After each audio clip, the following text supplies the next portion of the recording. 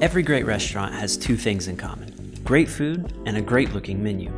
While Flipsnack may not be able to help you sharpen your kitchen skills, we can certainly guide you on how to create a beautiful restaurant menu.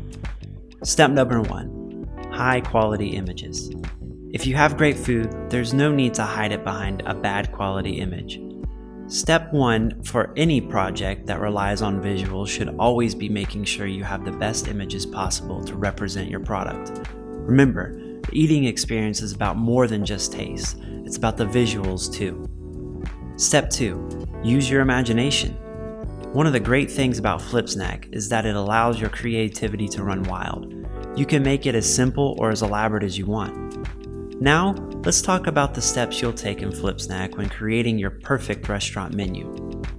The first thing you'll notice is that you get to choose between a few different page layouts.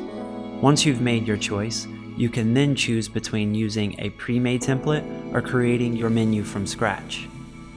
If you go with a template, you can rest assured that your menu will be up to date. Don't feel like you're locked into any specific design when you choose your template though.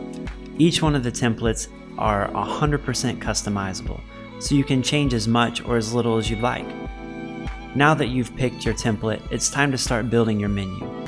Although Flipsnack allows you to customize every aspect of your menu, it's probably best that you keep it simple for the sake of legibility. After all, you don't want your customer to get distracted from what they really came there for, your delicious food. As you go through the customization options on the left side of the page, you'll be able to change the color, font style, and even add different shapes and images. Once your menu meets your standards, you can download it as a PDF to your computer to print later, share digitally with your friends, or even embed it to your own website. Hey, if you liked that video, then you should check these out. If not, then sorry. But we have lots of other videos you can watch. You just still have to subscribe.